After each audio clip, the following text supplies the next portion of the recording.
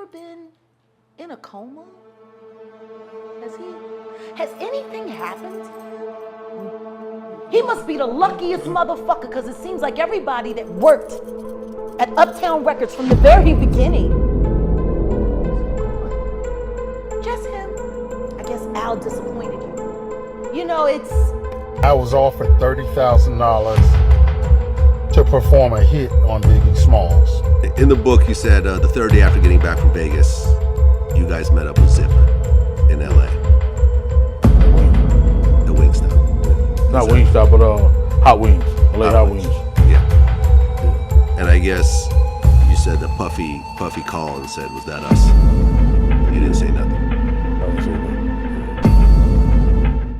Keep your caps on, folks. Revelations from a former bodyguard for Diddy and the Carters, two of the biggest names in hip-hop, have rocked the entertainment business. The FBI is looking into the alarming accusations of a man named Uncle Ron, who claims to have evidence that Puffy and Jay-Z conspired to kill Biggie. Not only that, Uncle Ron has said that he waited to share his knowledge for fear for the well-being of his nieces and nephews. His children are now adults, so he feels free to discuss what went down behind the scenes in the music business. In his pursuit of fairness, Uncle Ron has company. 50 Cent, another hip-hop star, has joined his cause and is prepared to cooperate with the FBI in their pursuit of Diddy. The 50-year-old head of Bad Boy Records is understandably irate, but the rapper doesn't seem to care one iota. He's not holding back and has some serious allegations to make against Diddy. 50 claims that Diddy has caused multiple fatalities and hence has blood on his hands. The murder of rapper Biggie Smalls tops the list. For years, speculation has persisted that Puffy was involved in the case. Uncle Ron's shocking confessions suggest there may be some basis to the rumors. Keep your hats on, for the action in this story has just begun. Facts.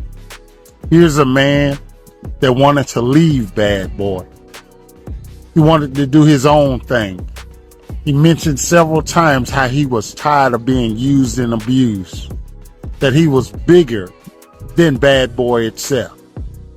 Although Diddy wanted to keep his biggest talent under his wing, he learned from people close to the late rapper that he planned to leave Bad Boy Records after the release of his album. This shocking claim is shared by Biggie's former bodyguards, Uncle Ron and Gene Deal. Biggie reportedly planned to depart Bad Boy Records for a better deal elsewhere, and Gene Deal has made some stunning comments regarding this. Deal said in an appearance on DJ Vlad's blog that Biggie was hoping to land a $60 million contract. When Diddy ordered Deal to look over his briefcase on a flight, Deal took advantage of the opportunity to read Big's Bad Boy contract. What he discovered was shocking.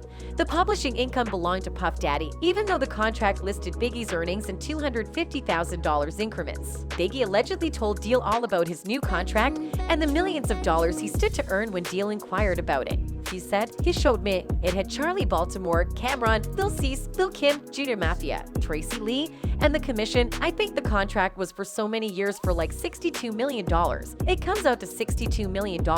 Deal claimed that Big intended to change Junior Mafia's business practices and have them start writing and holding their own. In addition to being willing to take a stand alongside the two bodyguards, 50 Cent has publicly declared on multiple occasions that Diddy is a criminal. 50 Cent's video, where he claims Puffy killed Biggie and other celebrities, has gone viral for its accusation. In response to 50 Cent's accusations that Puffy sacrificed his fellow Bad Boy artists, many fans have pointed out that he is not the first to make such claims. The internet criticized 50 Cent for trying to bring Diddy down after he said that everyone who stood beside Diddy ended up a failure or broken. But more and more evidence against Diddy emerged, and soon not even his most devoted fans believed him anymore. Mace's story was the first to surface.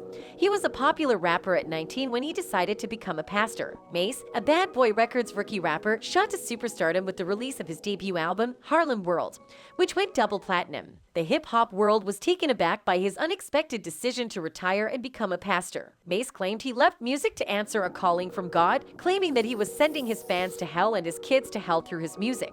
50 Cent has recently accused Diddy of being involved in both the murder of Biggie and the murder of Tupac. The FBI might find him useful if he can back up his claims. The two bodyguards aren't the only ones assisting 50 Cent in providing information to the FBI about Diddy's criminal activities. The famous Jaguar Wright has also been an advocate for Diddy's incarceration. Singer-songwriter Jaguar Wright, known for her outspokenness about Hollywood, has allegedly made false statements about Diddy and his record label. She said that there were originally 5 people who started Bad Boy Records, records, but 3 of them were dead and 1 was in a coma. Jaguar claims that only Diddy escaped unharmed, leading her to suspect that he was involved in the deaths of the others. If Diddy thought Jaguar was lying about her accusations, she challenged him to sue her. She also revealed that, prior to their untimely deaths, the other Bad Boy co-founders had all endured harrowing events and were working on tell-all books about their ordeals. After awakening from his coma, Al B. Sure was also hard at work on his book. Jaguar insinuated that Diddy is the person attempting to thwart the publication of the tell-all books. Jaguar made the shocking claim in a video posted to Instagram in the year 2020. He said that in exchange for power, Diddy had made male artists perform sexual acts on him. She also disclosed that she had retained the services of an entertainment attorney who had previously worked for Bad Boy and confided in her about unsettling happenings there. Jaguar claims that when the lawyer visited Diddy at his office to get his signature on some paperwork, he found the mogul discussing a possible demo deal with the singer, actor Christopher Williams. Jaguar was afraid for his safety, so he did not want to publicly identify the lawyer. The door wasn't locked, so she didn't think twice about just walking in. Wright said, when she walked in, she saw Christopher Williams performing fellatio on Puff.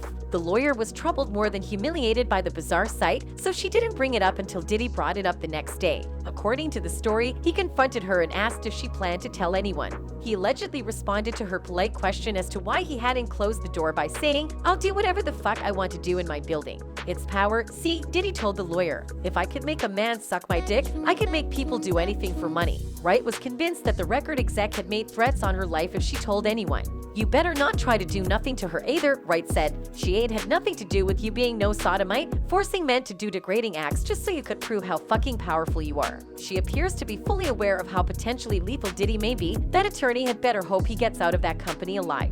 Finally, DMX, another late rapper, has thrown his support behind 50 Cent. And so I saw Biggie smile like hard nigga, Brooklyn nigga, dude. He shot you. I was like, yeah, nigga, get it. And nigga was like smiling about like oh shit, yo. It made you realize like, yo, he's enjoying his life, man. Do you have any memories of Biggie? I only met him once. Tell us about that. Well, you know, the Locks got signed before I did. Even though I bought the Locks to our riders, you know, they got signed. They were a safer group. You know, Puff signed them. And it was a blessing and a curse because you know, they were happy about getting signed first, and they were on the Benjamins and shit was going. But then he made them jiggy and put them in suits and made them write lyrics for him and took all that publishing and raped them. Wow! Like, damn. I'm glad I didn't. You know, like you keep that. I never saw Biggie smile until after he died. X knew of Puffy's wrongdoings, and he may have told a gangster rapper from Queens about them. Earl Simmons, better known by his stage as DMX, died of a heart attack in April of 2021. Before his death, DMX publicly condemned Diddy for his treatment of Biggie Smalls. DMX talked about his time as an unsigned artist and how he was almost signed by Bad Boy Records before they chose the Locks in an interview before the release of his album Undisputed in 2012. "You know, the Locks got signed before I did. They were a safer group," said DMX. "Puff signed them, and you know it was a blessing and a curse because they were happy they got signed. And they were on the Benjamins. But then Diddy made them jiggy and put them in suits and made them write lyrics for him and took their publishing and raped them." DMX continued by saying that despite Damian D. Rock Butler's best efforts, he was never signed to Bad Boy Records because Diddy did not consider him a successful musician. Rumor has claimed that Diddy prefers guys, so perhaps he didn't pursue DMX because he didn't think him handsome enough to satisfy his sexual needs. Just like 50 Cent, DMX was outspoken in his criticism of Diddy, saying that the only thing he cared about was screwing down rappers and then profiting off their music after they were dead. Biggie Smalls' mother, Valletta Wallace, has been vocal about the late rapper's claimed victimization at the hands of Diddy for decades. She has recently accused music mogul Diddy of lying and plotting her son's murder in an interview. Was a son, was a grandson, was a nephew. He was a good friend.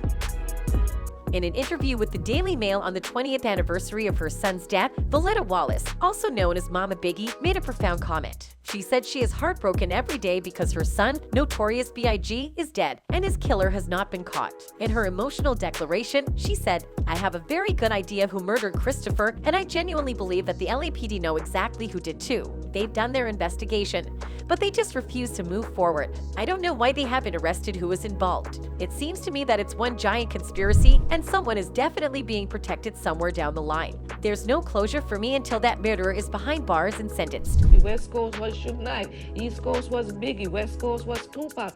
Come on now, you're messing with lives here. And that's exactly what happened. 2 lives were lost as a result of what?